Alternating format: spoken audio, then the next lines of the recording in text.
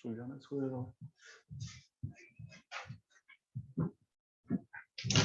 देखो उस दिन मैंने कहां तक करा दी था तुम्हें वैसे ही? वो कॉपी लेकर आयो रफ शीट में। चलो हो गया ना स्टार्ट? ठीक है बस।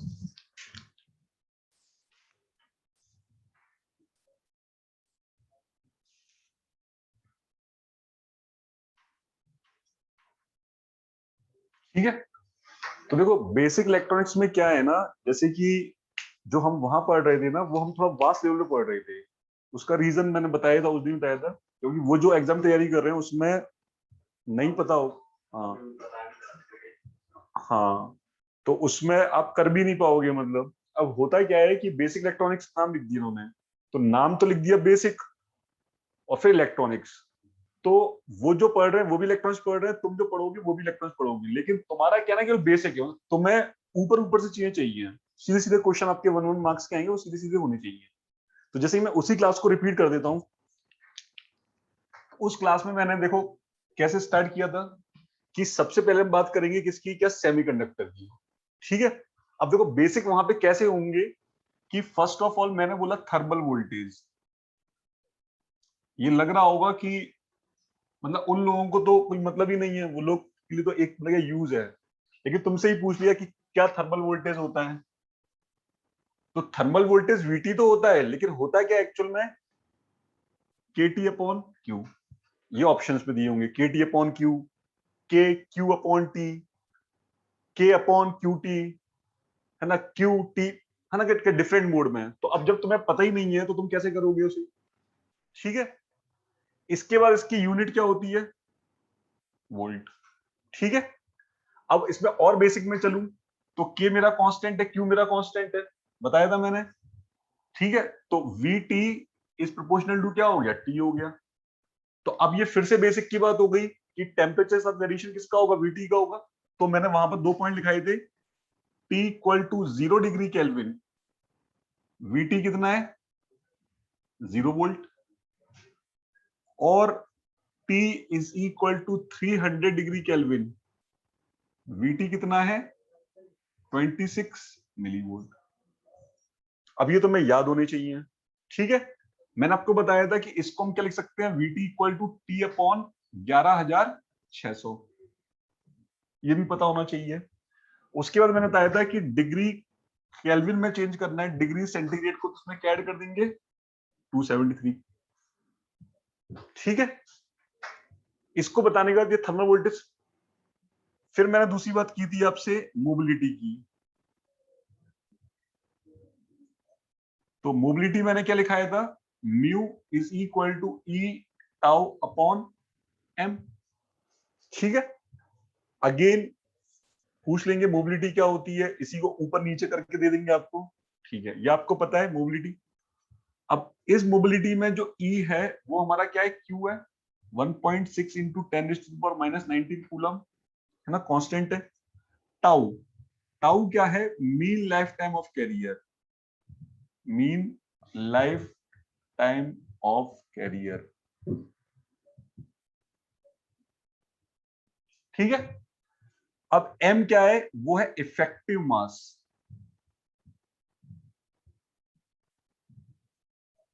Of career.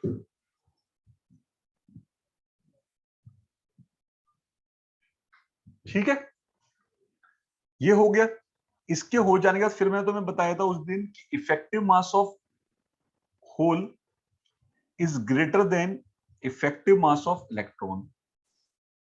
तो ये क्वेश्चन है, तो इसको लिख लेना, एम ऑफ ई क्या है, इफेक्टिव मास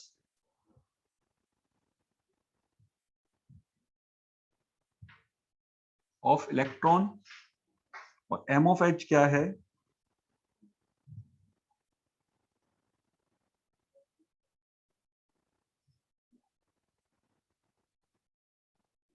ठीक है। तो ये पूछ लेगा कि इफेक्टिव मास किसका ज्यादा होता है, इलेक्ट्रॉन या होल का, स्टेटमेंट के तौर पे। अब मैंने आपको बताया था कि यदि इफेक्टिव मास ज्यादा होगा तो मोबिलिटी कम होगी, इफेक्टिव मास कम होगा तो मोबिलिटी ज्यादा होगी। तो इसी रिलेशन से बहुत इंपॉर्टेंट जो रिलेशन हमें क्या मिल गया, mu of h is less than mu of n, या ई लिख लो।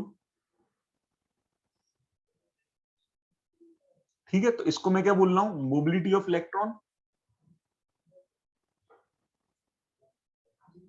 मोबिलिटी ऑफ इलेक्ट्रॉन ज्यादा होती है as compared to mobility of whole.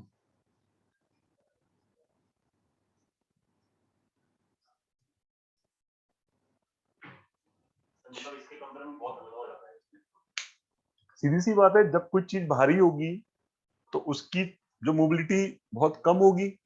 कोई यदि मोटा पर्सन है, बताया था उस दिन मैंने, कोई यदि मोटा आदमी है तो वो धीरे धीरे के चल पाएगा, लेकिन कोई यदि पतला आदमी है तो उसकी मोबिलिटी क्या होगी, ज्यादा तेज होगी, फास्ट होगी। ठीक है ना।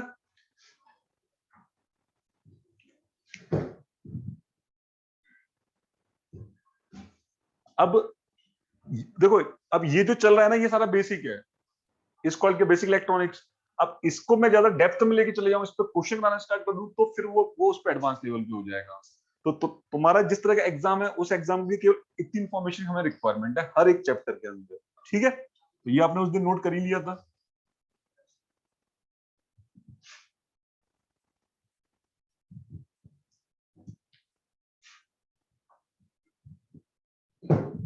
फिर मैंने बताया था इसके आगे ड्रिफ्ट वेलोसिटी, बताया था। वीडी इज इक्वल टू क्या होता है, म्यू डॉट, ठीक है, म्यू मोबिलिटी है और ई क्या, इलेक्ट्रिक फील्ड इंटेंसिटी।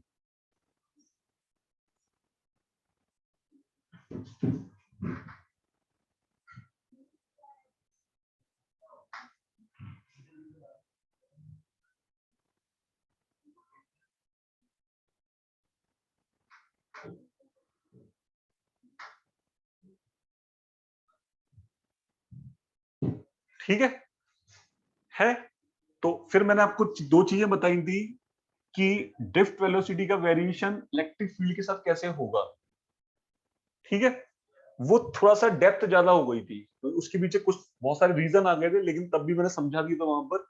और उसको हम फिर से देख लेते हैं कि इलेक्ट्रिक फील्ड हमारा क्या होता है। इलेक्ट्रिक फील्ड होता है voltage upon distance. Electric field होता है वोल्टेज अपॉन डिस्टेंस। ठीक है, तो ये वोल्टेज है और ये ड्रिफ्ट वेलोसिटी है ना, स्मॉल वी ऑफ डी। तो मैंने वहां पर आपको बताया था E is less then 10⁻³ volt पर सेंटीमीटर। मतलब इलेक्ट्रिक फील्ड इंटेंसिटी की वैल्यू 10⁻³ वोल्ट पर सेंटीमीटर से कम है। देयरफॉर मोबिलिटी यहां पर क्या होगी, कांस्टेंट होगी, मतलब मोबिलिटी चेंज नहीं होगी। ठीक है, मोबिलिटी चेंज नहीं होगी, इसका मतलब क्या हो गया, वीडी इज प्रोपोर्शनल टू ई हो गया। वीडी इज प्रोपोर्शनल टू ई हो गया। ठीक है, इस रीजन को हम लोग क्या बोल सकते हैं, लीनियर रीजन बोल सकते हैं।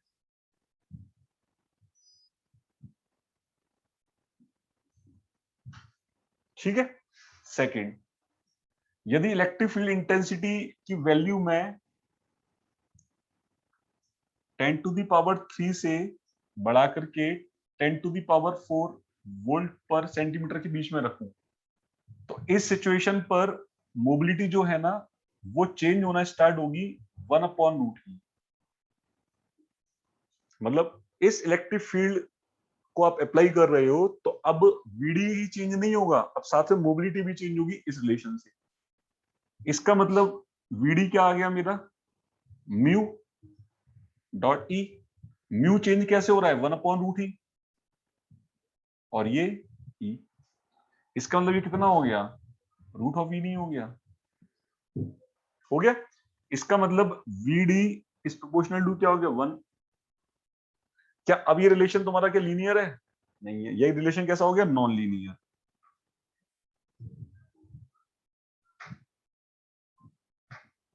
ठीक है, और आगे बढ़ जाते हैं। E is greater then 10⁻⁷ volt पर सेंटीमीटर, बहुत ज्यादा हाई कर दी हमने। तो उस सिचुएशन में मोबिलिटी इज प्रोपोर्शनल टू क्या हो जाएगी, 1/E। और 1/E हो गया, इसका मतलब क्या हो जाएगा, VD is equal to constant. VD equal to constant, तो ये रीजन कैसा हो गया, सैचुरेशन रीजन।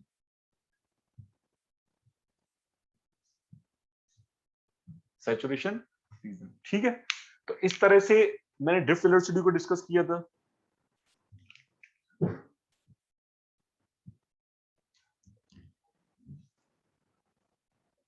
ठीक है ना।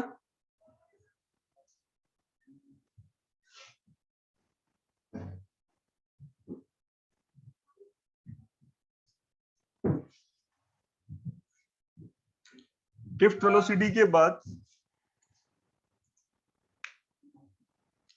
सेमीकंडक्टर।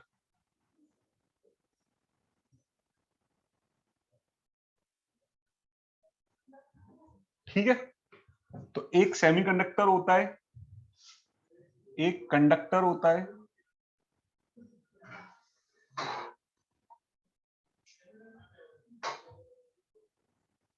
और एक इंसुलेटर होता है।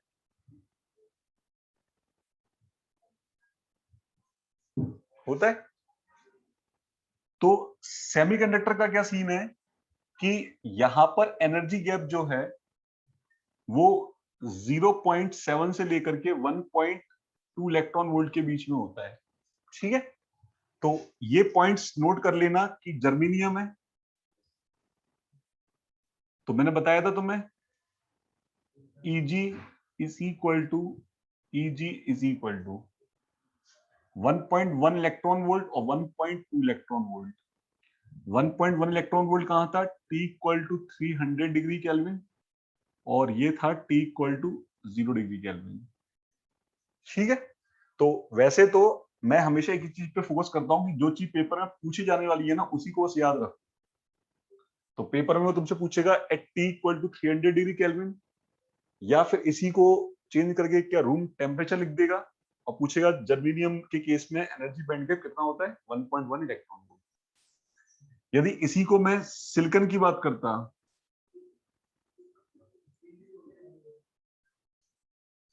ठीक है,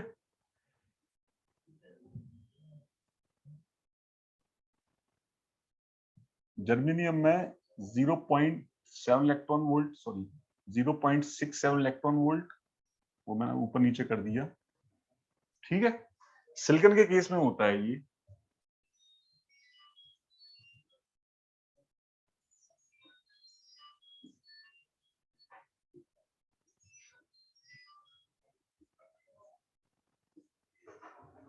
ठीक है, इसको याद रखना आप।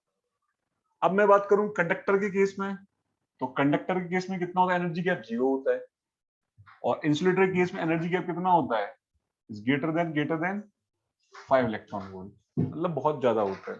ठीक है, फिर मैंने बात की थी कि यदि मैं सेमीकंडक्टर को यहां पर शो करूं, तो सेमीकंडक्टर के अंदर तीन चीजें होती हैं। एक होता है वैलेंस बैंड नीचे वाला, एक कंडक्शन बैंड, और इस एनर्जी गैप को हम लोग बोलते हैं ई ऑफ जी। तो ये ई ऑफ सी है, ये ई ऑफ वी है। यदि मैं कंडक्टर की बात करूं, तो कंडक्टर के केस में ईसी और ईवी दोनों एक ही होते हैं, इसीलिए ईजी कितना आ गया, 0 आ गया। दैट मींस वैलेंस बैंड और कंडक्शन बैंड दोनों क्या है, एक दूसरे पे क्या कोइंसाइड कर रहे हैं। और इंसुलेटर के केस में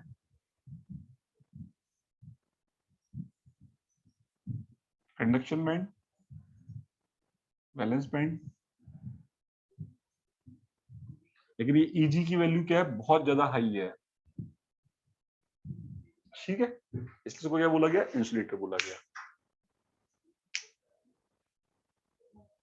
ये मतलब एग्जाम में जैसे यहाँ से क्वेश्चन आता ही आता है, एक बार पहले भी देखा था, प्रीवियस ईयर में भी आए सर, मतलब वहां पे ऐसा कोई मेंशन रहता नहीं है कि मतलब ये रूम टेम्परेचर वगैरह। देखो, एक चीज याद रखना, यदि कुछ भी मेंशन नहीं है तो वो कहीं ना कहीं क्वेश्चन जो लॉजिकली गलत है। लेकिन सर वो उनका वही रहता है ना, कॉपी पेस्ट। हाँ, कॉपी पेस्ट वाला रहता है। तो कॉपी पेस्ट वाले में इसलिए मैंने इसको क्यों डाला बॉक्स के अंदर, क्योंकि जितने बार भी पूछा गया है वो रूम टेम्परेचर पे पूछा गया है। तो यदि रूम टेम्परेचर लिखा है, यदि 300 लिखा है तो तब लगा के आओगे आओगे, और यदि नहीं भी लिखा तो अभी आप ये मान के चल रहे हो कि उसने तो वही से कॉपी पेस्ट किया, वो लिखना भूल गया, तो आप तब भी ये लगा के आओगे। तो ये बहुत उनका फेवरेट क्वेश्चन है। ठीक है, इसलिए मैंने बताया कि ये चीजें आपको पता होनी चाहिए।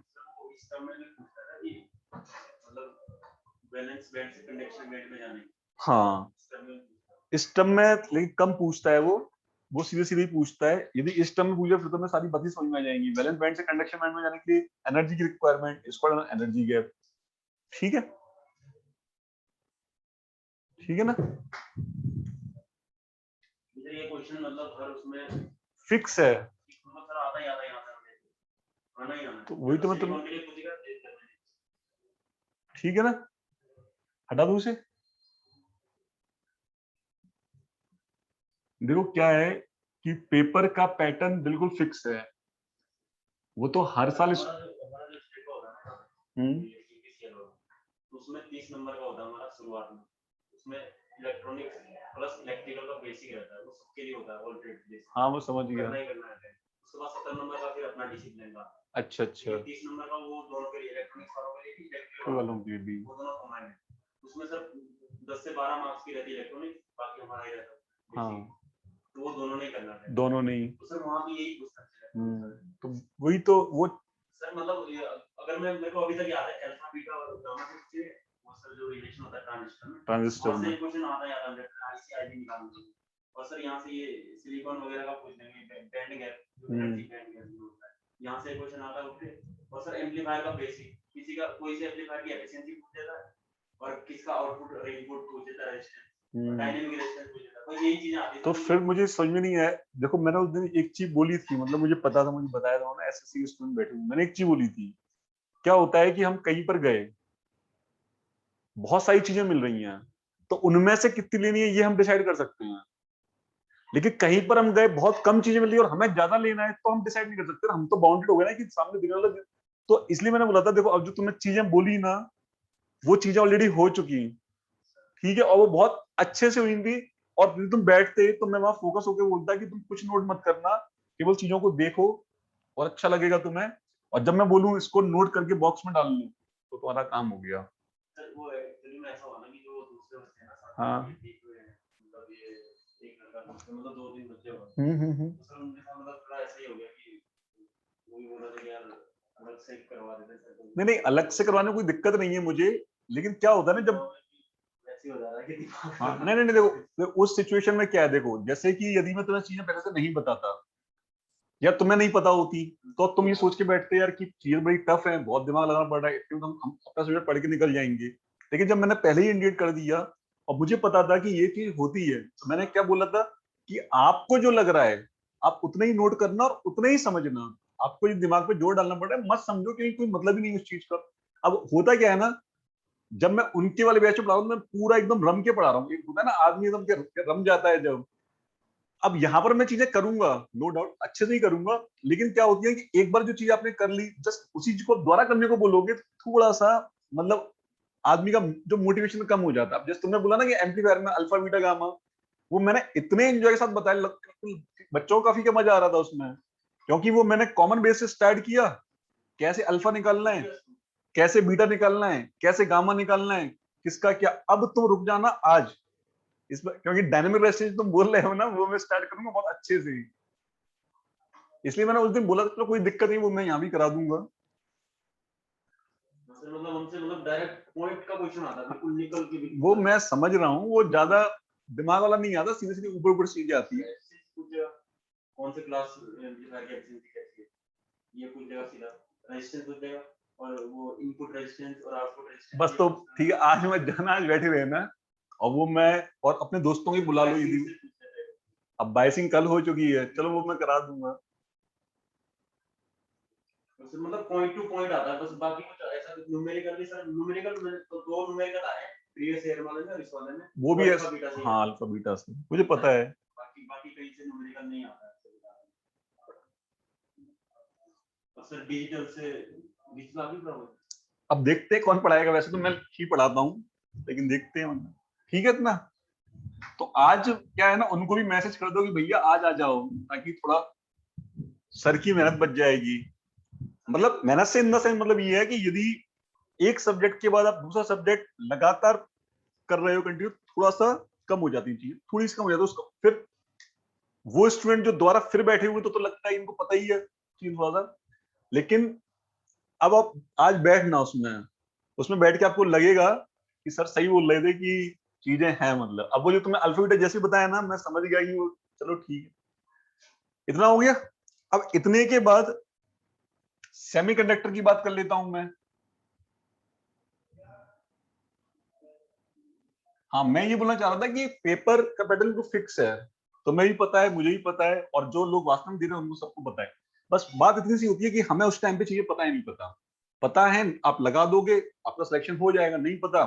इनका मतलब हमारा स्टेट के लिए ज्यादा दिक्कत होता है, एसएससी में कोई दिक्कत नहीं, इसमें ज्यादा इसका वेटेज है। हाँ स्टेट में ऐसा है कि वहां से मतलब वाइड है पूरा, उनका सिलेबस करने जाता हाँ, है। वो इधर उधर से प्रोसेसर 8085 दे जाएगा, एड्रेस बस पूछेंगे, वो पूछेंगे, और सर 8085 है कितना बड़ा, मैं तो अपने आप में एक बार पूरा एक सब्जेक्ट हमने सेमेस्टर में पढ़ा हुआ है। पता नहीं क्या क्या, अब उसको फाइंड आउट नहीं, बिल्कुल सही बात है। तो सेमीकंडक्टर में तीन तरह के सेमीकंडक्टर होते हैं। फर्स्ट होता है एन टाइप सेमीकंडक्टर, सेकंड होता है पी टाइप सेमीकंडक्टर,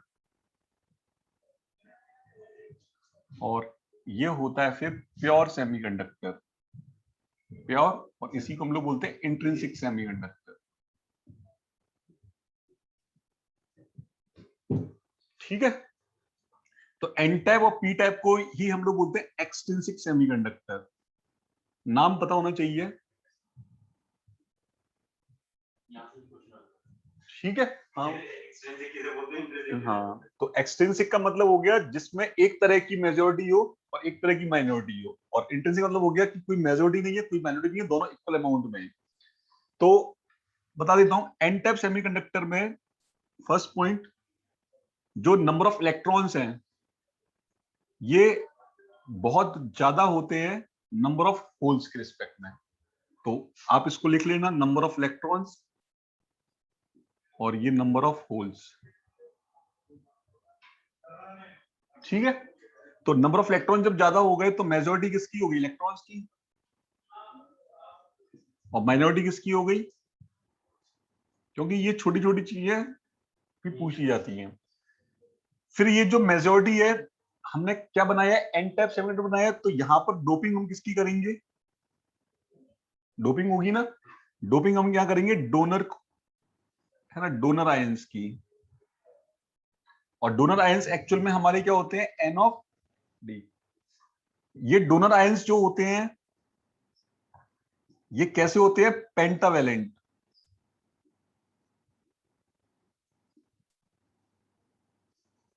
पेंटावेलेंट कौन कौन से होते हैं बताया था मैंने उस दिन? बिस्मिथ, एंटीमनी, आर्सेनिक, फास्फोरस, है ना, याद रखने का तरीका। Bismuth, antimony, arsenic, phosphorus, bismuth, antimony, arsenic, phosphorus, यही पूछे जाते हैं कि कौन सा एन टाइप। हाँ ठीक है, इसलिए फिर मैंने ये शॉर्टकट के फॉर्म में बना के BAAP, है ना, बिस्मिथ, एंटीमनी, फास्फोरस। तो यहाँ पे 5 होते हैं, आपको समझाई था मैंने। उसके बाद ये जो मेजॉरिटी है इज नियर अबाउट, क्या होती है? एनडी, मतलब डोपिंग। तो इसलिए तो हम इसको कर रहे हैं डोपिंग। हम क्यों कर रहे हैं? ताकि उस तरह की मेजोरिटी बन जाए, और उस तरह की मेजोरिटी बन जाएगी तो उस टाइप का सेमीकंडक्टर बन जाएगा। ठीक है। माइनॉरिटी, माइनॉरिटी जो निकालने का तरीका क्या है? Ni² अपॉन एनडी, या मेजोरिटी। ये कहां से आया? ये आया मास एक्शन लॉ से। और मास एक्शन लॉ भी पूछ लिया गया है, n p is equal to Ni²। ठीक है। तो एन इलेक्ट्रॉन का कॉन्सेंट्रेशन है, पी होल का कॉन्सेंट्रेशन है, तो यहां पर माइनॉरिटी होल में चला गया, तो अपॉन में क्या जाएगा? मेजॉरिटी। ठीक है। जैसे आपने ये लिखा है, सिमिलरली आप पी टाइप के लिखोगे, पी टाइप में उल्टी चीजें हो जाएंगी। P is greater than n, तो यहां पर ये मेजॉरिटी हो गया, मेजॉरिटी ऑफ होल्स और माइनॉरिटी ऑफ इलेक्ट्रॉन्स।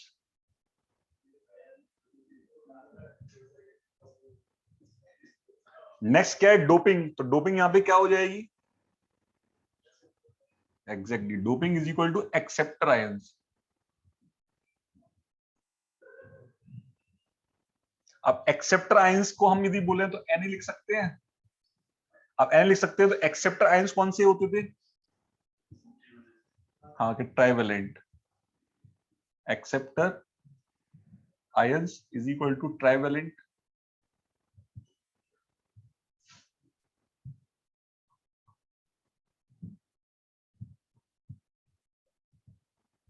अब ट्राइवेलेंट इंप्योरिटी कौन सी होती है बताया था मैंने उस दिन GiAb फर्स्ट क्या gallium indium aluminium boron gallium indium aluminium boron gallium अब मैं इन चीजों को इतना ज्यादा फोकस करता हूं कि जैसे तुम्हारा जो एग्जाम है ना बस इनको सुबह शाम रिवाइज करते रहो क्योंकि तो कंफ्यूजन होना लाजमी है चीजों को याद करके भूलना लाजमी है ये पूछना था सर ये पेंटावलेंट है इसमें कितना वैलेंस इलेक्ट्रॉन रहता है 5 तभी तो उसको पेंटावलेंट बोल रहे हैं सर मतलब ये एक इलेक्ट्रॉन देता है तब डोनेट कर देता है तब वो डोनर बन जाता है किसी के पास बहुत ज्यादा पैसा है वो जब डोनेट करेगा तभी तो वो डोनर बनेगा और इसके पास 3 होते हैं तब इसको क्या ट्राइवेलेंट बोल रहे हैं लेकिन हमें पता है कि आउटर ऑर्बिट में 4 इलेक्ट्रॉन होने की जरूरत है तो यहां पे तो एक ज्यादा है तो वो डोनेट कर देता है और यहां पर एक कम है तो एक्सेप्ट कर लेता है इसको एक्सेप्टर आयंस ठीक है इसके बाद मेजॉरिटी की हम बात करें तो मेजॉरिटी इज नियर अबाउट क्या होगा Na है ना डोपिंग क्योंकि डोपिंग हमने की इसलिए ताकि वो उस तरह का मटेरियल बन जाए उसके बाद minority is equal to Ni square upon Na majority और कहां से आया ये मास एक्शन लॉ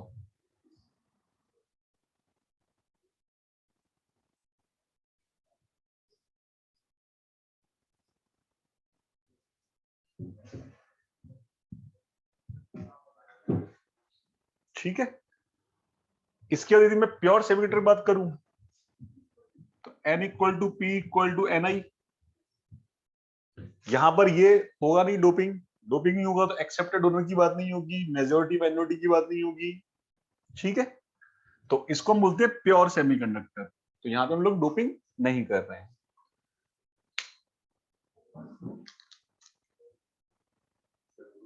हाँ ले लो वैसे अब तो तुम्हारे पास फैसिलिटी उसकी वीडियो जो रिकॉर्डिंग भी तो मिलेगी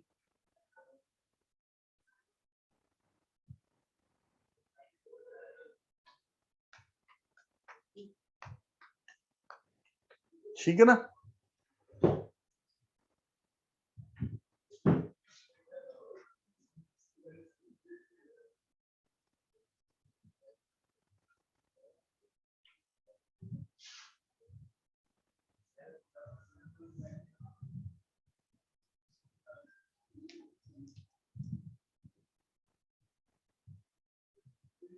सर क्वेश्चन तो ये है कि हम मोस्टली सेमीकंडक्टर जो हमारे होते हैं सबसे तो हम सिलिकॉन को क्यों मोस्टली सिलिकॉन इसलिए प्रेफर करते हैं कि फर्स्ट थिंग तो अर्थ पर 70% सिलिकॉन मिलता है हमें तो ऐसा सेमीकंडक्टर जो बहुत ज्यादा अमाउंट में अर्थ पर तो कॉस्ट कम होगी सीधी सी बात है कॉस्ट कम होगी तो जो हमारे हाथ में जो चीज मिलने वाली है बनकर के वो उसकी भी कॉस्ट कम होगी हम बनाने को तो क्या गोल्ड का भी यूज कर सकते हैं जो जो सिलिकॉन की प्रॉपर्टी है ना वही प्रॉपर्टी सेम गोल्ड फॉलो करता है लेकिन सोचो कि एक चिप जरा सी 1-1 रुपए की मिलने वाली यदि वो गोल्ड पे फैब्रिकेट होगी तो कितने की मिलेगी आज 40,000 कितना चल रहा है 50,000 रुपए तोला चल रहा है तो 50,000 रुपए की तो कॉस्ट का अंतर है नहीं है तो जो मतलब कि मोस्ट फेवरेबल कंडीशंस की ये है कि अर्थ पर बहुत ज्यादा मात्रा में है मतलब 70% के आसपास जो सिलिकॉन है जो रेत होती है क्या सिलिकॉन ही तो है उसमें ठीक है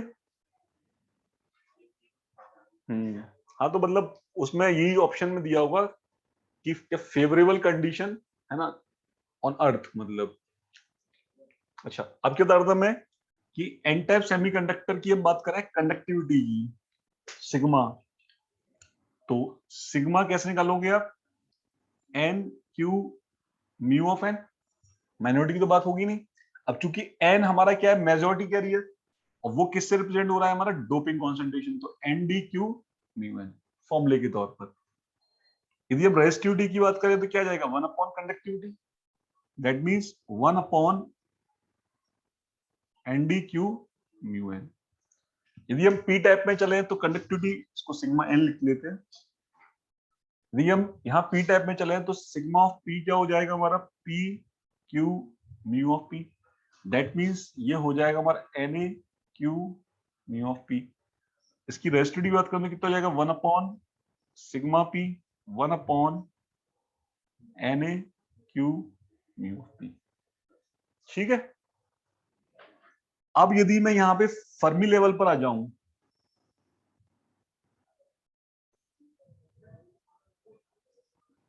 ये वैलेंस बैंड है, ये कंडक्शन बैंड है, ये ईसी है, ये ईवी है। तो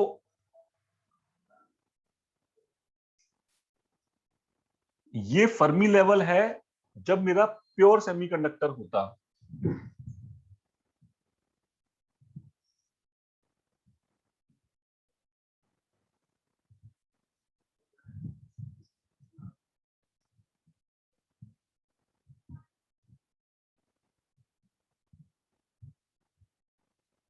यदि मेरा प्योर सेमीकंडक्टर होता तो फर्मी लेवल मेरा कहां होता, क्या centre of the energy gap. क्यों, नंबर ऑफ इलेक्ट्रॉन्स जितने हैं उतनी नंबर ऑफ होल्स हैं, तो दोनों के होने की प्रोबेबिलिटी अपने अपने बैंड में 100% है। ठीक है। तो ये मैंने ई आई लिखा है, ई आई का मतलब ये इंट्रिंसिक फर्मी एनर्जी लेवल।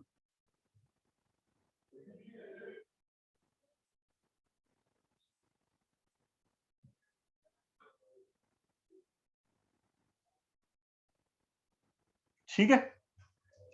लेकिन हम एन टाइप में चल रहे हैं, एन टाइप में क्या होंगे, इलेक्ट्रॉन्स ज्यादा होंगे, इलेक्ट्रॉन ज्यादा होंगे मतलब इलेक्ट्रॉन्स के होने की प्रोबेबिलिटी ज्यादा होगी, और जब इलेक्ट्रॉन्स के होने की प्रोबेबिलिटी ज्यादा होगी तो वो किसके पास बैठा होगा, कंडक्शन बैंड के पास। तो ये जो आपको दिख रहा है ना, ये होगा ई ऑफ एफ। तो आपको ऑप्शन में ऐसे भी आ सकता है कि बताओ, 3 ऑप्शन दे देंगे, बताओ ये किस टाइप का सेमीकंडक्टर है। तो फर्मी एनर्जी लेवल जहां बैठा होगा ना उस टाइप का सेमीकंडक्टर होगा। तो ये जो एन टाइप सेमीकंडक्टर है उसमें जो हमारा जो फर्मी लेवल है किस ओर शिफ्ट रहता है, कंडक्शन बैंड। यही बिल्कुल एग्जैक्ट है ये। ठीक है।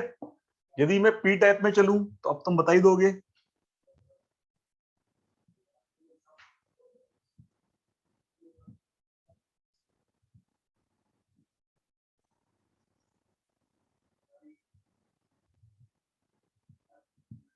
तो यहां बना दूं इसे,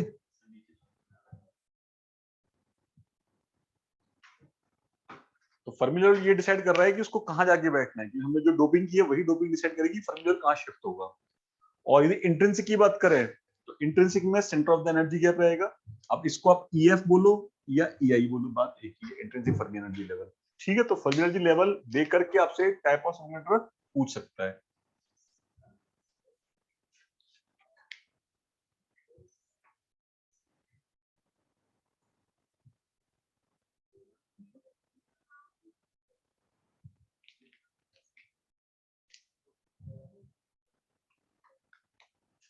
ठीक है। तो ना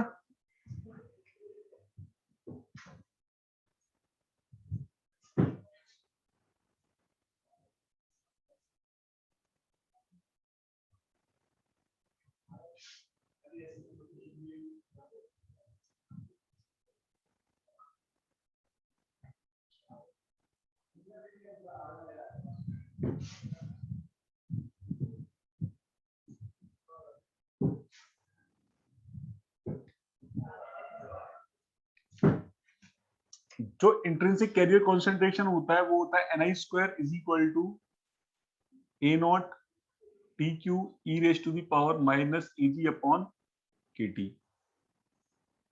ना इंट्रिंसिक कैरियर कॉन्सेंट्रेशन ni जो भी देखा था ना मैंने, तो ni कुछ ये होता है। तो ni p के साथ डिपेंड करता है, फर्स्ट डे मैंने बताया था कैसे कम ज्यादा होने की। तो फिर मैंने आपको बताया था कि number of electron concentration is equal to होता है n c e raise to the power minus e c minus e f upon k t. और इसको सॉल्व करके मैंने एक लंबा चौड़ा डेरिवेशन निकाला, वो तुम्हें जरूरत नहीं है, तुम्हें केवल ये पता होना चाहिए। इसी तरह से नंबर ऑफ होल्स ये होता है n v e raise to the power minus e f minus e v over k T.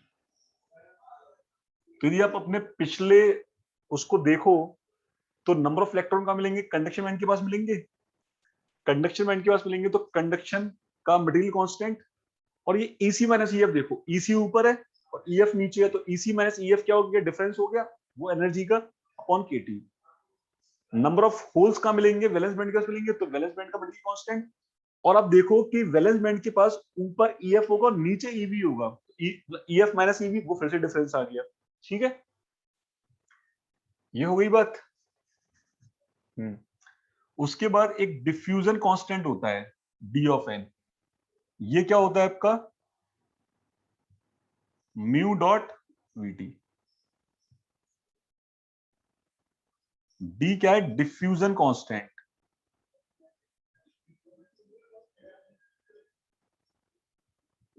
Diffusion constant, तो VT आपको पता है थर्मल वोल्टेज,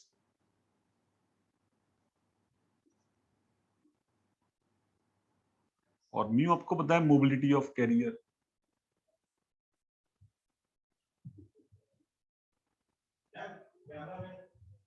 ठीक है, हाँ? क्या आपको बर्थडे है क्या? कल था। अरे हैप्पी बर्थडे सर।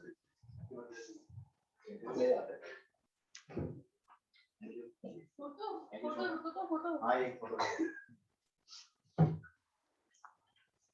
तो मैं बहुत सारा सर के साथ सर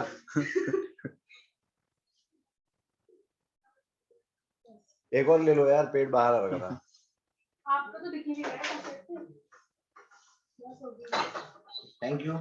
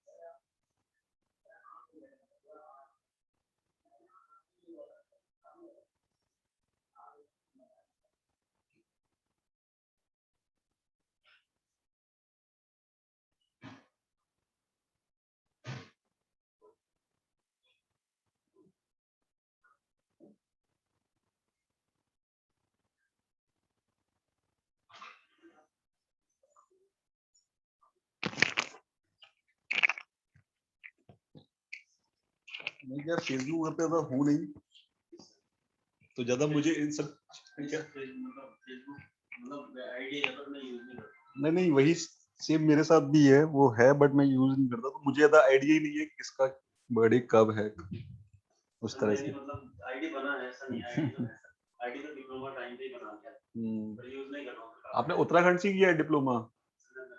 अच्छा अच्छा।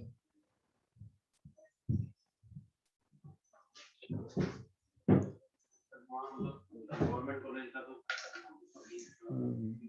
नहीं, मैंने भी यहाँ टाइम अच्छा खासा स्पेंड किया, मेरा कि रुड़की आईआईटी से एमटेक है, तो काफी पहले का है, मतलब 2009 का पास आउट हूँ मैं, मतलब। सर आप कब से मतलब टीचिंग लाइन में? हाँ, मतलब बीच में इंडस्ट्री ज्वाइन की थी मैंने 2-3 साल, उसके बाद फिर मैंने ईएस, मतलब ईएस का रिटर्न क्वालिफाई हो गया था मेरा, और पब्लिक सेक्टर वगैरह भी काफी मेरे निकलते रहते थे। एक वो क्या गवर्नमेंट का भूत सवार था, फिर टीचिंग ज्वाइन कर ली, मतलब वो टीचिंग ही स्टार्ट हो गई धीरे धीरे, फिर होती चली गई, अब वही है।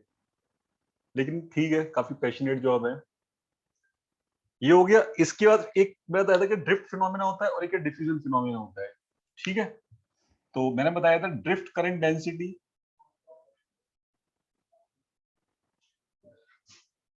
ये ड्रिफ्ट करंट डेंसिटी अभी बताया नहीं था ना उस दिन मैंने। हाँ, तो ड्रिफ्ट करंट डेंसिटी, अब यहाँ पे डेंसिटी की बात कर रहे हैं, तो करंट अपॉन एरिया हम लिखेंगे, तो करंट डेंसिटी बोला जाएगा। इसको हम लोग रिप्रेजेंट करते हैं जेसी, और जो ड्रिफ्ट करंट डेंसिटी है वो होती है sigma dot E. Sigma dot E, sigma आपको पता है कि कंडक्टिविटी ऑफ द, और ई इलेक्ट्रिक फील्ड। तो क्या मैं इसको ऐसे लिख सकता हूं, J is equal to n q mu e, ठीक है, बहुत ही छोटी चीज। इसके बाद दूसरा होता है डिफ्यूजन करंट डेंसिटी।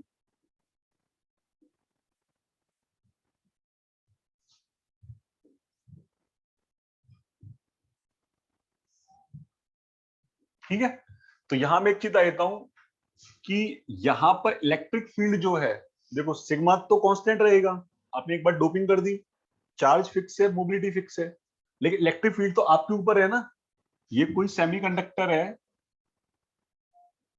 और इसके ऊपर आपने एक फील्ड अप्लाई की, तो फील्ड आप कम ज्यादा कर सकते हो ना। तो यहां पर जो फील्ड फील हो रही है E इक्वल टू वो क्या होगी, V upon l, equal to, और L जो है वो कांस्टेंट है, क्योंकि सेमीकंडक्टर बात जो आपने ले लिया वो ले लिया, लेकिन बाहर से जो आप सप्लाई वोल्टेज लगा रहे हो तो कुछ कुछ भी लगा सकते हो, तो E का वेरिएशन तो होगा ना। इसका मतलब यहां पर बोला जाता है कि जो आपकी करंट डेंसिटी है वो प्रोपोर्शनल किसकी होती है, E के। इसका मतलब ड्रिफ्ट करंट डेंसिटी किस पे डिपेंड कर रही है, फाइनली इलेक्ट्रिक फील्ड इंटेंसिटी पर। तो जो सेमीकंडक्टर है उसमें कहीं पर भी, डायोड में, बीजेटी में, कहीं पर भी जब के ड्रिफ्ट फिनोमेना होगा ना, तो वो किसके कारण होगा, इलेक्ट्रिक फील्ड कारण। ये क्वेश्चन भी पूछे गए हैं कि ड्रिफ्ट करंट किसके कारण फ्लो होती है, इलेक्ट्रिक फील्ड। अब डिफ्यूजन पे बात करता हूं मैं, तो डिफ्यूजन करंट डेंसिटी को लिखोगे तो ये होता है J Q DN DN over DX, Q DN over DX। तो Q चार्ज है, D मैंने डिफ्यूजन कांस्टेंट बताया था, लेकिन DN ओवर DX जो है, DN ओवर DX है, इसको हम लोग बोलते हैं कॉन्सेंट्रेशन ग्रेडियंट, कॉन्सेंट्रेशन ग्रेडियंट। तो कॉन्सेंट्रेशन ग्रेडियंट का मतलब ये हो गया स्लोप। आप ये तो बोलते हो कि मतलब जो क्या rate of change of charge per unit distance is called क्या, स्लोप। तो डिफ्यूजन करंट डेंसिटी में Q फिक्स है, DN फिक्स है, वेरी क्या करेगा, DN अपॉन DX। स्लोप मेरा कम भी हो सकता है, स्लोप मेरा ज्यादा भी हो सकता है, ठीक है। वो डिपेंड किस पे करेगा, कितनी डिस्टेंस और कितना कॉन्सेंट्रेशन ग्रेडियंट चेंज हो रहा है मेरा, ठीक है। तो यहां पर मैं बोल सकता हूं कि ड्रिफ्ट करंट डेंसिटी किस पे डिपेंड कर रही है, इलेक्ट्रिक फील्ड पर,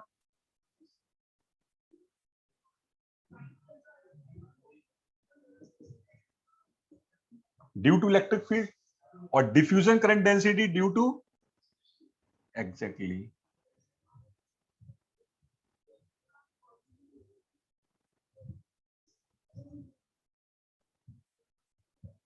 कॉन्सेंट्रेशन ग्रेडियंट, ठीक है।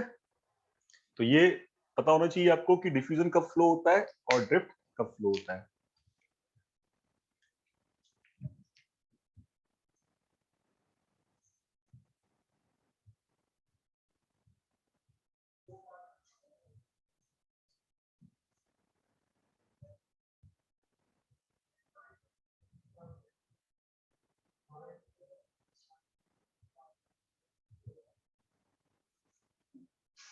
ठीक है,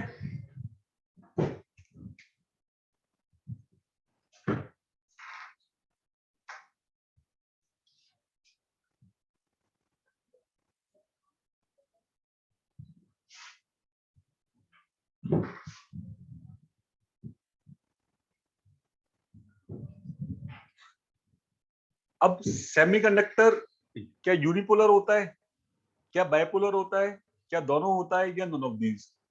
क्या बताओगे सेमीकंडक्टर को?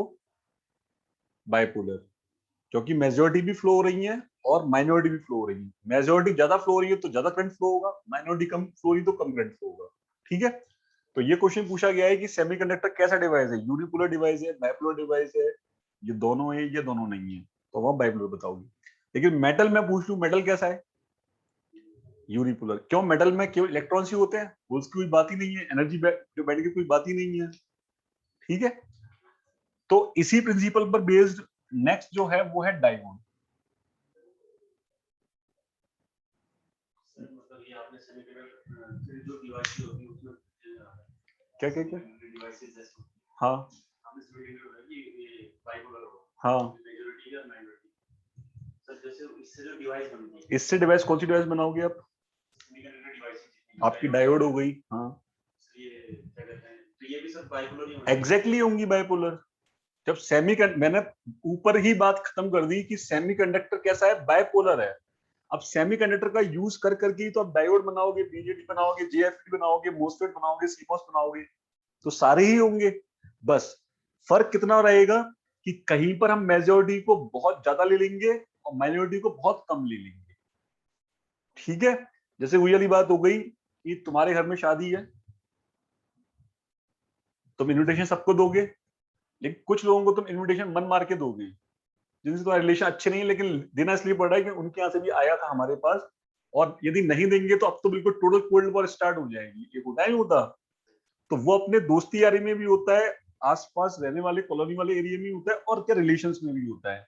ठीक है, तो अब आपने क्या किया, इनविटेशन तो सबको दिया, लेकिन जिनसे आपके अच्छे रिलेशन उनसे आपने हार्दिक तरीके से दिया, आपको आना ही आना है, मतलब खुशी उनके आने से आपको मिलेगी, ऐसा आप उनसे बोल रहे हो, उनसे आग्रह कर रहे हो, 3 बार 4 बार 5 बार फोन कर रहे हो। लेकिन कुछ ऐसे हैं जिनको अपने तो आप फॉर्मेलिटी के लिए आपने कार्ड खुद देने नहीं के किसी के थ्रू भिजवा दिया, भाई कार्ड तो पहुंच गया ना, आप बहाना लगा दोगे मैं यहाँ चला गया तो वहां बहुत सारे काम थे जैसे भी ये। तो कहीं ना कहीं आपने इंडिकेशन उनको कार्ड दे के दे दिया कि देखो कार्ड तो पहुंचा के फॉर्मेलिटी पूरी कर दी है, लेकिन अब जो भी तुम, या तो तुम्हारे मन में इतना वो लग जाएगा तो तुम खुद ही नहीं आओगे, बताओ इतना बड़ा आदमी हो गया कार्ड देने नहीं आया हमें सब जगह, तो तुम्हारा काम ही वही था। तो हुआ क्या कि तुम्हारे फंक्शन में मेजॉरिटी पर्संस भी हैं जिनको तुम चाह रहे हो, और माइनॉरिटीज भी हैं जिनको तुम नहीं चाह रहे हो। तो अब बस तुम क्या कर सकते हो, जो माइनॉरिटी है ना उसको कम से कम कर सकते हो। क्यों? वो डिस्टर्बिंग एलिमेंट है, हो सकता है वो आ गए और उधम का चालू कर दी उन्होंने, तुम्हारे शादी वाले दिन ही, तुम्हारे शादी वाले फंक्शन में उधम चालू कर दिया, और ये बात तुम्हें पता है, इसलिए तुमने उनको इस तरह से इनविटेशन दिया, उन्होंने कर लिए पंगे। तो तुम चाहोगे कि ये ना आए, तो आप कुछ तुम में होंगे बिल्कुल ढीठ, मतलब कि बेशर्म टाइप के, जिन जो पता है कि तुम नहीं देते तो अभी हम आ जाते या फोन करके कार्ड ले लेते, जो भी है। तो वही चीज यहाँ पे रहती है, जैसे तुमने बोला ना, तो जैसे कि तुमने डायोड लिया, डायोड में मेजॉरिटी फ्लो होगी, माइनॉरिटी फ्लो होगी। बीजेटी में जाओगे, मेजॉरिटी फ्लो होगी, माइनॉरिटी फ्लो होगी। लेकिन जब तुम जेएफईटी में जब पहुंचोगे या मॉसफेट में पहुंचोगे, तो तुम देखोगे कि माइनॉरिटी कोई काम ही नहीं था ना, माइनॉरिटी का काम तो केवल ऊधमबाजी करना था। मेन जो करंट फ्लो हो रही है वो तो मैजिक करंट फ्लो हो रही है, तो वहां पर जाके हम उनको इलिमिनेट कर देते हैं। तो फिर मॉसफेट में कोई हमसे पूछता है या जेएफडी पूछता है ये कैसे डिवाइस है, तो हम उनको यूनिपोलर बोलते हैं। हाँ, हम वो मैं बताऊंगा आपको, हम उनको यूनिपोलर बोलते हैं। तो बायपोलर तक सारी कहानी वही चलेगी, इसलिए उसका नाम भी बायपोलर ही है, डायोड में भी चीज। लेकिन जब हम JFET पे पहुंचेंगे मॉसफेट पे, तो वहां पे साफ साफ दिखाया जाएगा कि ऐसा क्यों कर रहे हैं हम लोग। तो वोट के ड्रॉबैक मैंने आपको बता दी। हाँ, निगलेक्ट कर देते हैं, होते हैं, लेकिन हम उनको कंसीडर ही नहीं करते हैं। ठीक है, तो नेक्स्ट है आपका डायोड। डायोड में, डायोड वाली क्लास में आए थे क्या? नहीं आए थे, बस फर्स्ट डे आए थे। डायोड में आपने एक तरफ पी लिया, पी टाइप की डोपिंग, एक तरफ आपने एन टाइप की डोपिंग की। पी टाइप की डोपिंग की तो यहाँ पे होल्स होंगे, ठीक है, मेजॉरिटी में। यहां पर इलेक्ट्रॉन्स होंगे, किसमें? मेजॉरिटी में। लेकिन साथ में इलेक्ट्रॉन्स यहां भी तो होंगे, किसमें? माइनॉरिटी में। होल्स यहां भी तो होंगे, किसमें? माइनॉरिटीज में। ये पी और एन टाइप हम सेंटर बना लिया, दोनों को ज्वाइंट कर दिया, ये क्या बन गया? जंक्शन बन गया, है ना, बाउंड्री टाइप मान लो। अब देख रहे हो कि इधर होल का कॉन्सेंट्रेशन बहुत ज्यादा है, इधर होल का कॉन्सेंट्रेशन कम है। इस एंड पर होल का कॉन्सेंट्रेशन पूरा भरा हुआ है, इस एंड पर होल का कॉन्सेंट्रेशन नहीं है। तो यहां पर डिफ्यूजन फिनोमेना स्टार्ट होगा। कॉन्सेंट्रेशन ग्रेडियंट है या नहीं है? स्लोप है या नहीं है? ये एक पहाड़ तरह बन रहा है, नहीं बन रहा? बन रहा है। इसका मतलब इस कॉन्सेंट्रेशन से होल फ्लो ना स्टार्ट करेंगे इस एंड की तरफ, और जब तक ये पहाड़ खत्म होकर एक फ्लैट नहीं बन जाएगा, तब तक ये फ्लो होते रहेंगे। इसी प्रोसेस को हम लोग डिफ्यूजन प्रोसेस बोलते हैं। तो बेसिकली डिफ्यूजन जो प्रोसेस स्टार्ट हुआ था, वो हुआ क्यों था? कॉन्सेंट्रेशन ग्रेडियंट के कारण। यदि फ्लैट एरिया होता तो वहां डिफ्यूजन होता क्या? प्लेन एरिया में डिफ्यूजन होगा क्या? नहीं होगा। तो डिफ्यूजन के लिए रिस्पॉन्सिबल कौन है? क्या यहाँ पे? Concentration gradient. तो इस एंड पर होल्स ज्यादा है, ये डिफ्यूज करेंगे, इस एंड पर इलेक्ट्रॉन ज्यादा है, ये डिफ्यूज करेंगे।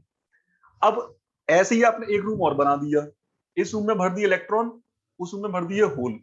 तो इलेक्ट्रॉन्स यहां कहीं भी घूमे हैं, कोई दिक्कत है इनको? सब इन्हीं के हैं, सब लोग क्या फैमिली वाले इन्हीं के ही हैं, कोई किसी को दिक्कत नहीं करेगा।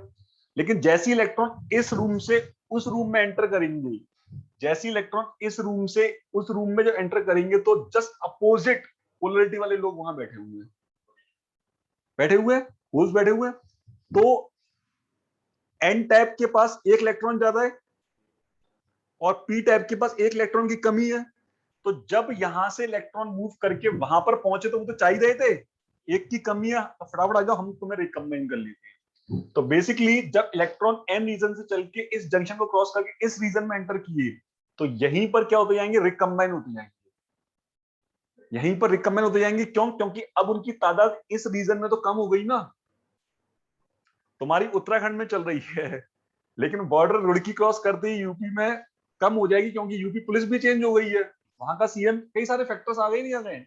तो वही रीजन है कि इलेक्ट्रॉन्स इस रीजन में बिंदास मूव कर रहे हैं, लेकिन जैसे इस रीजन में एंटर किया, तो सामने अपोजिट पोलरिटी साथ हुआ, अपोजिट पोलरिटी साथ हुआ, तो यही बोल देंगे भाई कहां जा रहे हो तुम, हम खड़े हैं यहाँ पर। और खड़े मतलब वो रिकम्बाइन कर देंगे, रिकम्बाइन कर देंगे। इसका मतलब इनको एक इलेक्ट्रॉन्स की जरूरत थी, एक इलेक्ट्रॉन की जरूरत थी। दैट मींस ये क्या बन जाएंगे? एक्सेप्टर आयंस बन जाएंगे। और जैसा कि मैंने बताया था, एक्सेप्ट कर लिया मतलब ये नेगेटिव हो गए। किसी से उधार ले लिया मतलब आपके कर्ज में डूब गए ना, तो नेगेटिव हो गए। उसी तरह उसी टाइम पर ये होल्स मूव कर रहे होंगे, तो होल्स जब मूव करेंगे, तो ये अपना एक 5 इलेक्ट्रॉन दे देंगे उस होल को, और रिकम्बिनेशन बना लेंगे। और रिकम्बिनेशन बनाएंगे मतलब इन्होंने डोनेट कर दिया ना, तो ये डोनर आयंस बन गए, बन गए। तो इस तरह से ये जो नेचुरल फिनोमेना है कि डिफ्यूजन, ये होता रहेगा। होते होते होते होते यहां पर एक डिप्लेशन विड्थ बन जाएगी, यहां पर एक क्या बन जाएगी? Depletion width. तो डिप्लेशन विड्थ का मतलब ही है कि जितने भी फ्री इलेक्ट्रॉन यहां खड़े थे और जितने भी फ्री होल वहां खड़े थे, वो सारे शहीद हो चुके हैं इसमें रिकम्बाइन होकर के, और इन्होंने इस दीवार को और मोटी दीवार बना दी है, क्योंकि अब तो वो न्यूट्रल नहीं हो रहा है। एग्जैक्टली वो न्यूट्रल हो गया। इसी को हम लोग बोलते हैं स्पेस चार्ज रीजन, सुना होगा तुमने, स्पेस चार्ज रीजन।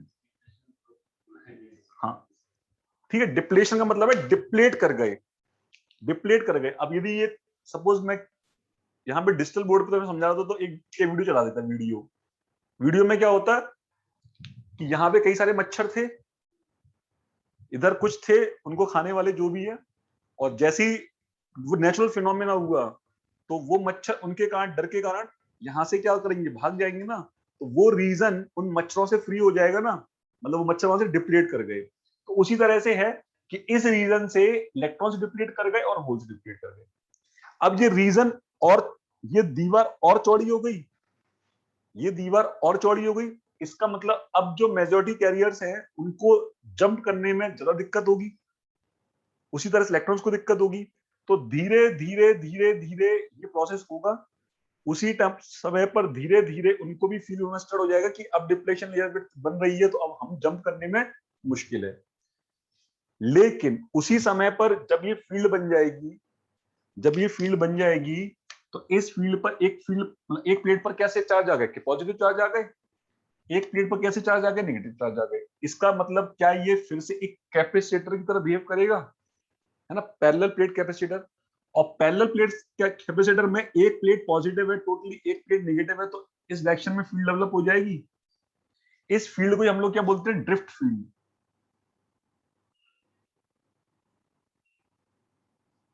इसको क्या बोलते हैं, ड्रिफ्ट फील्ड। क्यों बोलते हैं ड्रिफ्ट फील्ड, क्योंकि ये जो फील्ड है ना, इस फील्ड के कारण जो यहाँ पर होल्स है, माइनॉरिटीज है, उनको एक ड्रिफ्ट फिनोमेना फील होगा, ड्रिफ्ट फिनोमेना फील होगा।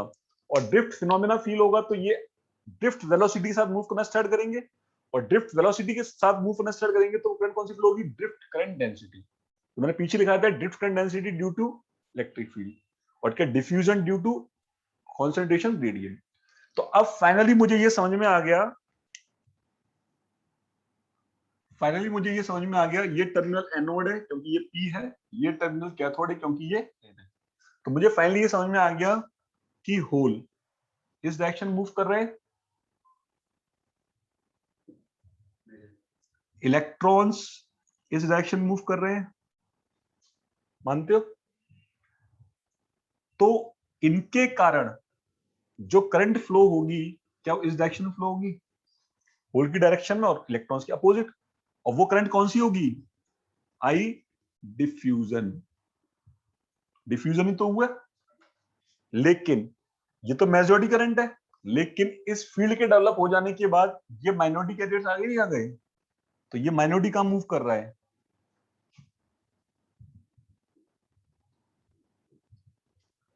और ये माइनॉरिटी कहां मूव करेगा। इसका मतलब रिजल्टेंट करंट कहां फ्लो होगी, वो करंट कौन सी होगी, आई ड्रिफ्ट। इसका मतलब diffusion and drift current are opposite to each other.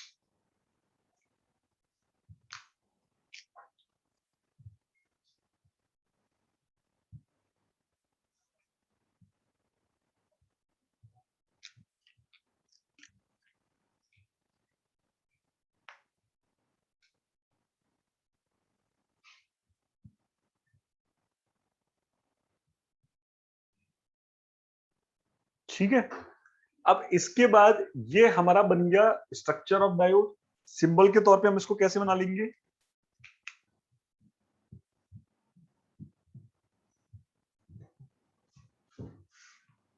ये हमारा सिंबल बन गया, सिंबल। डिप्लेशन विड्थ दिख रही है आपको, डिप्लेशन विड्थ दिख रही, इलेक्ट्रिक फील्ड दिख रही है आपको। Electric field is equal to क्या होता है, depletion width upon distance, sorry electric field is equal to voltage upon distance. ठीक है, इलेक्ट्रिक फील्ड आपके सामने दिख रही है आपको, डिस्टेंस कितनी है, W।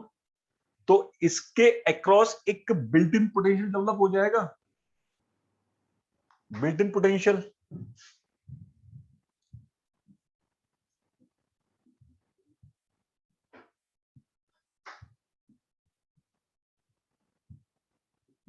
बिल्ट इन पोटेंशियल, और बिल्ट इन पोटेंशियल का क्या सीन है कि जर्मेनियम है, तो जर्मेनियम के केस में बिल्ट इन पोटेंशियल कितना होता है, 0.3 वोल्ट।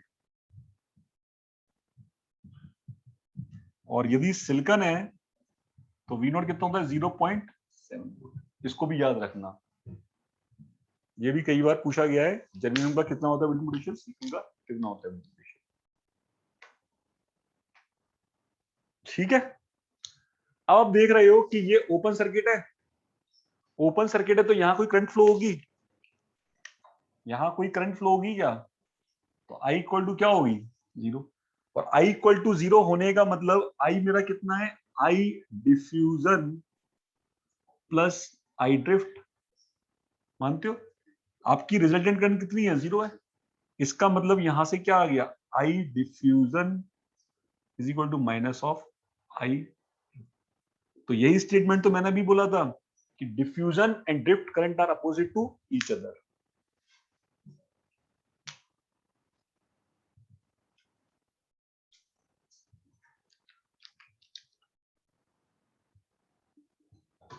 ठीक है। अब आप देख रहे हो कि यहां पे रिजल्टेंट करंट फ्लो हो ही नहीं पा रही है। बाइपोलर समझ में आ गया? दोनों इलेक्ट्रॉन्स और होल्स के हमने कंसीडर किया ही नहीं किया कोई सी भी करंट। तो अब हम इसमें करंट फ्लो कराने के लिए करेंगे स्टार्ट बाइसिंग। करंट, कुछ डाउट है क्या? करंट फ्लो, ये भी क्वेश्चन पूछे गए हैं, वो स्टेटमेंट के फॉर्म में दे देंगे आपसे, पी एन बना करके, और पी एन बना के फिर आपको पता होना चाहिए कि पी में क्या मेजोरिटी, क्या मेजोरिटी, एन में क्या मेजोरिटी, क्या मेजोरिटी। वो बोल देंगे कि डिफ्यूजन करंट की डायरेक्शन है ना, मेजोरिटी ऑफ होल्स की डायरेक्शन के सेम डायरेक्शन में होगी, है ना। डिफ्यूजन करंट की डायरेक्शन है ना minority currents, sorry minority of holes की डायरेक्शन में होगी। अब दिखते चल रहा था अपने हिसाब से डिफ्यूजन करंट की डायरेक्शन है ना, जो मेजोरिटी एंड माइनॉरिटी दोनों की डायरेक्शन में होगी, है ना, ड्रिफ्ट करंट की डायरेक्शन वगैरह वगैरह। तो आराम से आपको क्लियर है क्या पीएन है, क्या मेजोरिटी होता है, क्या माइनॉरिटी होता है, कब डिफ्यूजन होगा, कब जो ड्रिफ्ट होगा। डिफ्यूजन में भी होल्स होंगे, इलेक्ट्रॉन्स होंगे, ड्रिफ्ट में भी इलेक्ट्रॉन्स होंगे, होल्स होंगे। सर ये इतना भी नेचुरल फिनोमेना है इसका, हाँ मतलब ये जो हमारी ड्रिफ्ट कर रही है। हाँ, वो भी नेचुरल फिनोमेना ऐसे हो गया कि जब यहाँ पर डिफ्यूजन प्रोसेस, हाँ जब डिफ्यूजन प्रोसेस हुआ ना नेचुरल फिनोमेना से, तो उस नेचुरल फिनोमेना से डिप्लेशन विड्थ फॉर्म हो गई। उसी नेचुरल फिनोमेना से डिप्लेशन विड्थ होने का कारण एक कैपेसिटर बन गया, कैपेसिटर बन गया, इसका इलेक्ट्रिक फील्ड इंड्यूस हो गई, और इस इलेक्ट्रिक फील्ड इंड्यूस होने के कारण ड्रिफ्ट फिनोमेना स्टार्ट हो गया। अभी मैंने बाहर से फील्ड की बात ही नहीं की है, लेकिन ऐसे यहाँ पे रिजल्टेंट करंट तो फ्लो हो ही नहीं रही है ना, ठीक है, मुझे तो रिजल्टेंट करंट फ्लो करा रही है। तो अब हम बात करेंगे इसमें बाइसिंग की, अब हम बात करेंगे इसमें बाइसिंग की। ठीक है, इसका फोटो खींच लिया।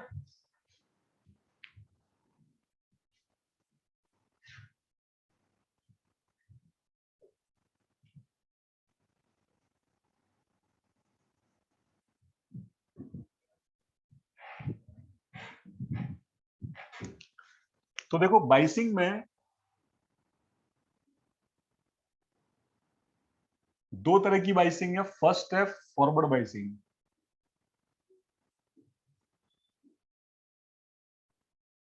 जिसको हम शॉर्टकट में लिखेंगे एफबी।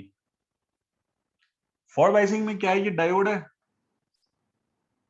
तुम्हें समझ में आता है, ये एनोड है, ये कैथोड है, मतलब ये पॉजिटिव है, ये निगेटिव है। तो यदि हम बाहर से सप्लाई वोल्टेज लगाए और सप्लाई वोल्टेज की जो बैटरी है, उस बैटरी के पॉजिटिव को पॉजिटिव से, निगेटिव को निगेटिव से कनेक्ट कर दे, that is called a forward biasing. Forward biasing में होगा क्या कि इस फील्ड के कारण जो मेजॉरिटी कैंडिडेट थे ना, उन पे फोर्स लगेगा, लगेगा फोर्स, और फोर्स लगेगा तो वो जो डिप्लेशन विड्थ फॉर्म होने से रुक रहे थे, अब उनको एनर्जी मिल गई, एनर्जी के कारण क्या करेंगे? मूव करेंगे। उसी तरह से इस एंड पर जो इलेक्ट्रॉन्स थे, वो इस फील्ड के कारण मूव करेंगे।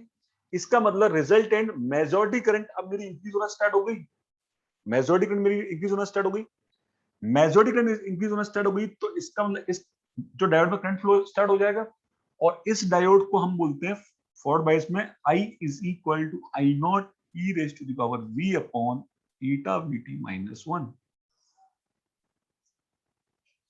I is a forward current, forward current, और I का ऑर्डर होता है मिली एम्पियर। ठीक है, तो I नॉट जो है वो है रिवर्स सैचुरेशन करंट,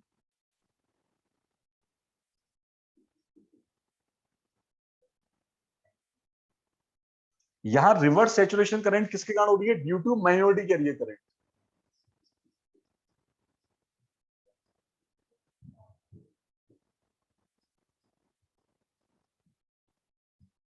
ठीक है, तो जैसा कि मैंने तुम्हें बताया था कि फॉरवर्ड करंट का ऑर्डर क्या है, मिली एम्पियर, मेजॉरिटी करंट है। अब ये रिवर्स करंट तो फ्लो होगी ही होगी, लेकिन ये किसके कारण है, माइनॉरिटी करंट। तो माइनॉरिटी को हमें क्या करना है, मिनिमाइज करना है ना, तो अपने आप ही मिनिमाइज फॉर्म में होती है। इसका ऑर्डर होता है माइक्रो एम्पियर फॉर जर्मेनियम और नैनो एम्पियर फॉर सिलिकॉन। तो आपको एक स्ट्रॉन्ग रीजन और मिल गया सिलिकॉन का यूज करने का, क्योंकि माइनॉरिटी कैरियर करंट हमने और मिनिमाइज कर दी। ठीक है, ये माइनॉरिटी करंट हो गई। वी आपको अप्लाई वोल्टेज दिख रहा है,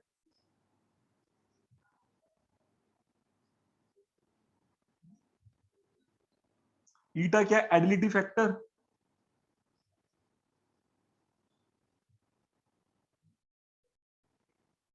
ईटा is equal to 1 for germanium, 2 for silicon. और वीटी आपको पता है थर्मल वोल्टेज।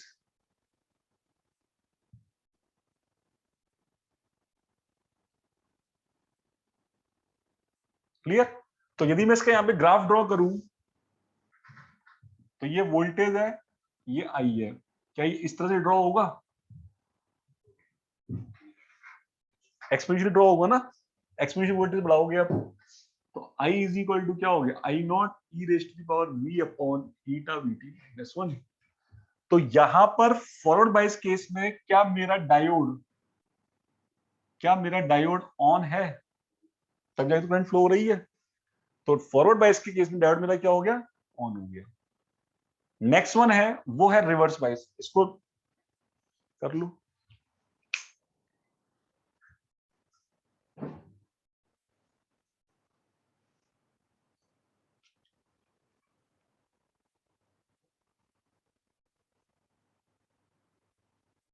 ठीक है, फॉरवर्ड बायस के केस में डायोड मेरा ऑन है, और इसी केस में हम लोग केवल करंट को कंसीडर कर रहे हैं। यदि नेक्स्ट वन में ले लू रिवर्स बायसिंग,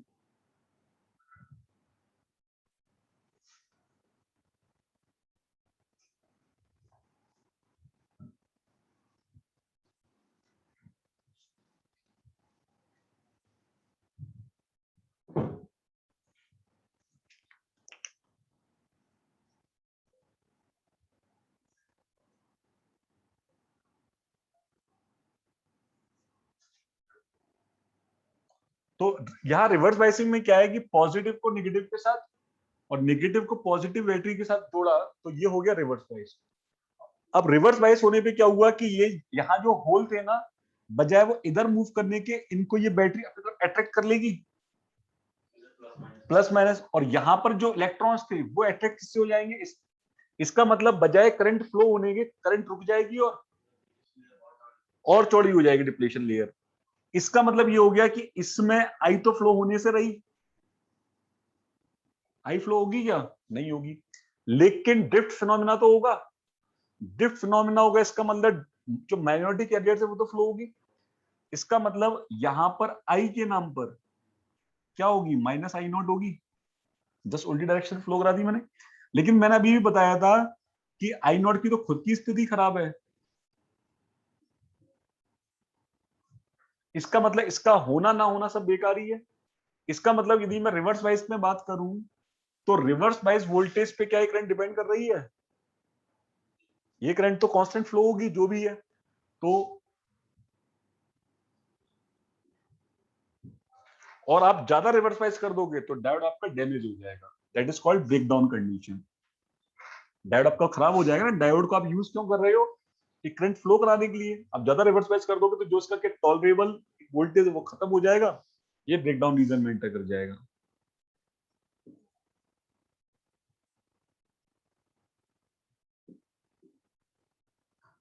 और ब्रेकडाउन रीजन में करंट कितनी फ्लो होगी, आईएससी है ना, मैक्सिमम करंट, बेकार ही हो गया, एक क्या वायर की तरह ट्रीट कर रहा है। तो अब ये डायोड मेरा कैसा हो गया, डायोड मेरा ऑफ हो गया नहीं हो गया, क्योंकि जब मेरा रेजिस्टेंस बहुत ज्यादा हाई होगा तभी तो करंट मेरी जीरो फ्लो होगी ना, और करंट जीरो होने का मतलब डायोड ऑफ हो चुका है। तो अब क्वेश्चन क्या है, डायोड कैसा डिवाइस है, यूनिडायरेक्शनल डिवाइस है, बाई डायरेक्शनल डिवाइस है, दोनों है या नन ऑफ दीज, यूनिडायरेक्शनल। एक ही डायरेक्शन में करंट फ्लो होगी, इसमें अपोजिट डायरेक्शन में करंट फ्लो नहीं हो रही है।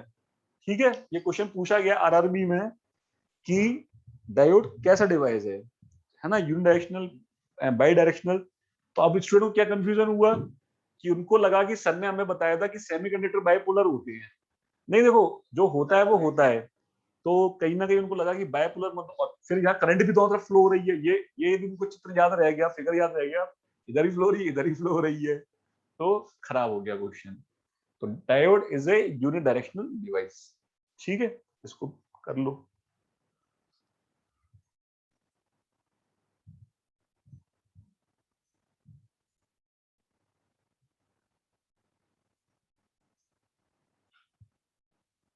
ठीक है, चलो अब दूसरी क्लास है तुम्हारी यहाँ पर 4:30 से, उसको कंटिन्यू करेंगे, जाना मत है ना, क्योंकि वो जो तुम बोल रहे हो ना, क्या बोल रहे थे तुम, अल्फा बीटा गामा तो हो चुके हैं, वो मैं फिर से कराऊंगा।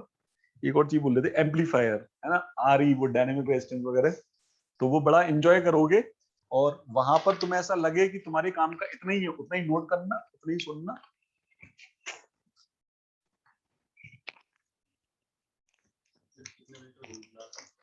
वो क्लास तो चलेगी।